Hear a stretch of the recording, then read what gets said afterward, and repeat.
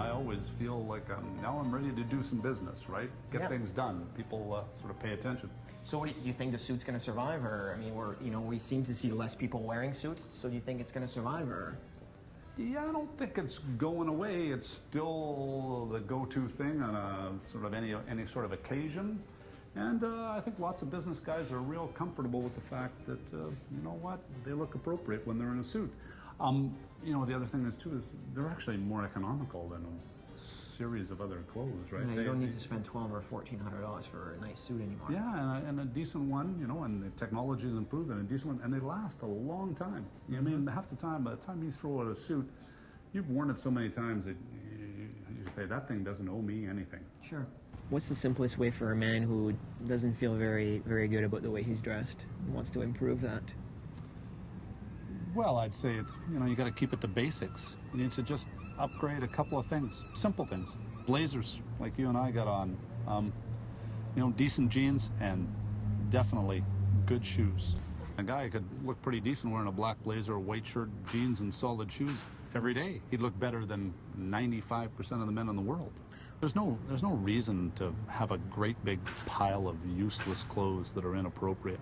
So would you say a black suit would be, if I only had to buy one suit, would it be a black suit? Yeah, that or would a be navy my suit? first choice. Black? Although I love navy, but yeah. Black's a bit more versatile. Yeah. Funeral, wedding, baptism. Well, if all you wear suits for social occasions, then I'd say black. Okay. But if you had to mix business in, I'd probably lean to blue. Okay.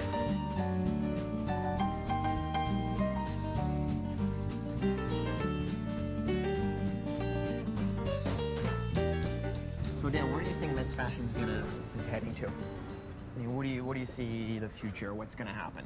What kind of style? What kind of look do you think it's going to come? I think we're in a really steady period. It's probably tied to tougher economic times, but I just think you're going to see, you know, we've certainly seen the return of classics. Yeah. And mostly after that, it's just refining it. I mean, it's classics and there's a little twist to everything.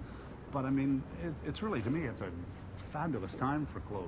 So do you think bringing back the classic is highlighting the old quality that we used to have?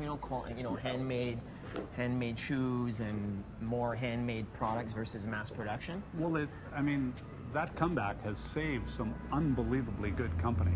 Sure. And it is. And even amongst young people, there's a real sort of push. They want things that are well made and quality. And it's just, I mean, it's been great for fashion. It's been great for some of those companies.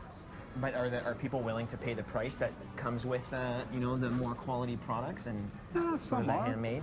Some aren't, but I think everybody. But whether it's even if they're just trying to be green, they're conscious of it now, right? Sure. Where things are made and how well they're made, and I mean, most of us don't even realize how much better clothes have got. And cheaper, really. Like our clothes have gotten better, and the prices have come down, right? Yeah, and most things last forever. Yeah, like no, you're for sure. sick and tired of them long before they wear out. Yeah, it's amazing. No, yeah, I agree.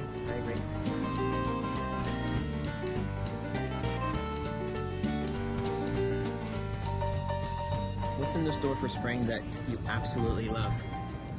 Oh, there's lots of things. I'm really digging lots of casual blazers. I'm totally all over them.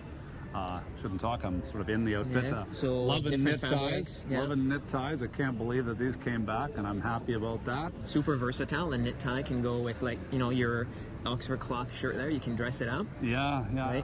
Yeah. And I'm into. There's lots of fantastic sort of big old school solid shoes, brogues, saddle shoes, desert boots, things like that. I think are just fantastic. I'm sort of digging summer cardigans. Really usable, just enough warmth to kind of get you through a season. And cotton or merinos, lightweight merinos? No, generally still in wool. Holds up better, but just really fine gauge. And so there's things like that. I'm loving bright socks. Absolutely, fun with bright socks, just rocking them with all sorts of things. So gray suit, brown shoes with sort of purple socks, or mauve. Give them the mauve. Give them even lime greens. Yeah, it's just fantastic. What about belts? I've noticed that casual belts are sort of like military kind of style with cotton or braided. Yeah, there's some braiding going on, or ones with a little detail too. Just a little funky thing. Particularly, if you're wearing really plain things. If you're wearing jeans or chinos and just a nice white kind of Oxford shirt, you want to jazz it up, you can just throw in a kooky belt. So I read in the latest GQ that you're no longer supposed to match your belt with your shoes. So how do you feel about that? Having sort of a purple belt with your, with your outfit, and perhaps you might have brown shoes and. Well, summer gives you a little more flexibility because, you're sometimes in kookier shoes and you can do sorts of things. I don't know if I'm taking that to work. I'm not taking that to the office, though. I'm still going to match pretty close. Okay. As close as I can get. Right, okay. You're okay with the non-matching socks, but the belt is a little trickier, right? Yeah. Rules are meant to be broken. Absolutely. And create your own style, as long as it's not off the wall, right? Ridiculous. As long as it doesn't get those looks.